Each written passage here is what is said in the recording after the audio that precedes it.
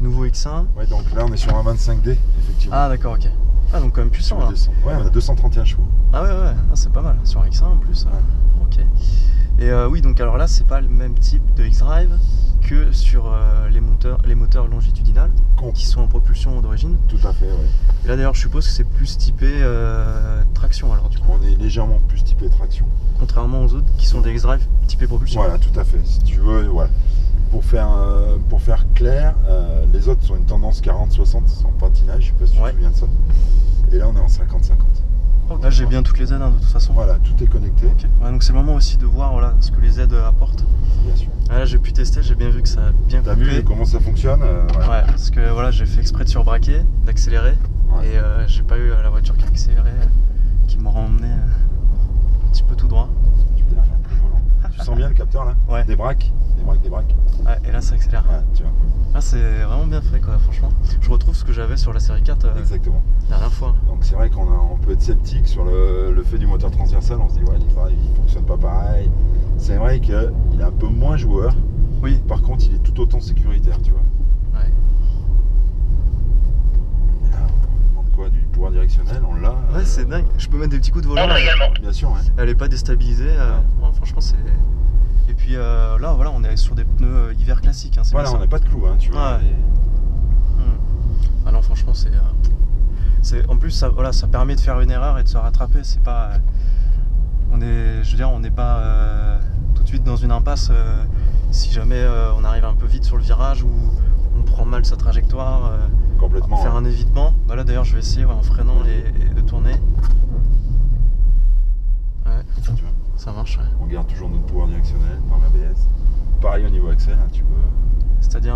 Bon, on peut se garer à l'extérieur pour pas salir la corde, mais vas-y, va, avance. Ouais. Vas-y, avance. Ouais, où t'es là, continue encore. Ok. Encore. Et là, tu te mettras en direction de l'épingle. Je tourne. Tu accélères, ouais. On tourne pas trop parce qu'il va aller carrément à l'intérieur. Vas-y, accélère. Les braques, surbraque. Reste accéléré. Ouais, là ça coupe. Ouais. Non mais c'est incroyable. Donc pareil, tu rentres avec de la vitesse ici, tu surbraques. Ouais. Ok. Surbraque. Ah non mais en fait c'est, je veux dire, c'est magique, même si on sait pas conduire sous la neige, ça c'est hyper instinctif parce que bon, comment dire, on a le mauvais réflexe entre guillemets de surbraquer. Ouais. Mais là, je veux dire, n'importe qui peut y arriver quoi. Exactement, c'est-à-dire que et c'est légitime en plus, quelqu'un qui se fait surprendre, tu vois, qui a pas du tout de réflexe, il va même pas penser à décélérer, tu vois. Bah oui. C'est ça souvent le problème, c'est que tu penses même pas à décélérer parce que ça te surprend, il y a de la glace. Ouais. Et là non. C'est redoutable. C'est génial, Ouais, franchement il me faut un circuit comme ça chez moi. Ouais, bah ça c'est le plus gros problème.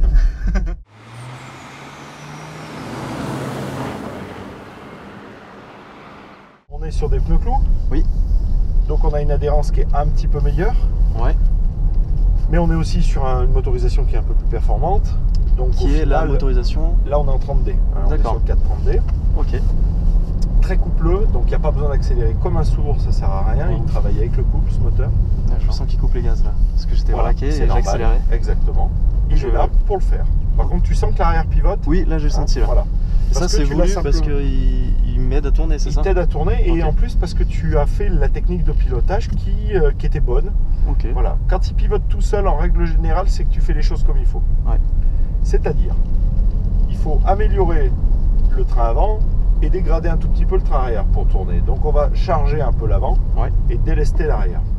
Pour ça, il suffit juste d'avoir le pied sur la pédale de frein en direction de l'intérieur du virage pour faire le travail. On va faire quoi? On vient d'activer le traction control, c'est-à-dire qu'on vient de libérer, en fait c'est pas si facile à comprendre, on vient de libérer l'anti-patinage. C'est-à-dire, accompagne ta voiture, toujours la même chose, ne change rien, mais quand tu remets gaz là, elle glisse, vas-y. Elle va glisser de l'arrière, laisse-la rouler. Et quand je te redis accélérateur, accélérateur. Regarde, c'est beau ça. C'est beau ça. Voilà. Là, ça, c'est la différence du traction control. D'accord. T'as vu? C'est joueur. Là, plutôt que de t'enlever. Voilà, regarde comme c'est beau. Voilà. C'est-à-dire qu'elle ne te libère pas totalement, mais elle te libère sur les phases d'accélération. Et comme elle voit que tu maîtrises le sujet, bah, elle ne va pas plus loin. Voilà. Et là, tu l'accompagnes jusqu'au point de corps. Vas-y, accompagne, accompagne, accompagne. Accélération. Accompagne. Et attends. Accélération.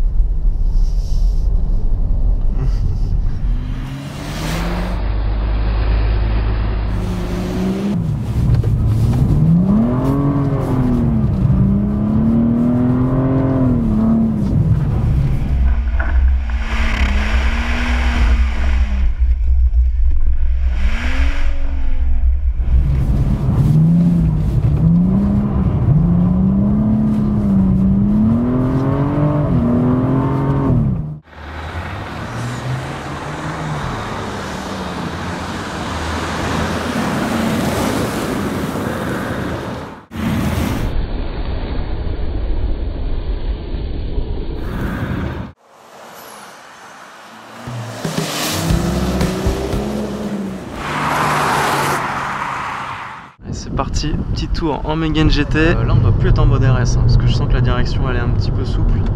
Voilà, ça y est. Là on sent la différence rien qu'au bruit.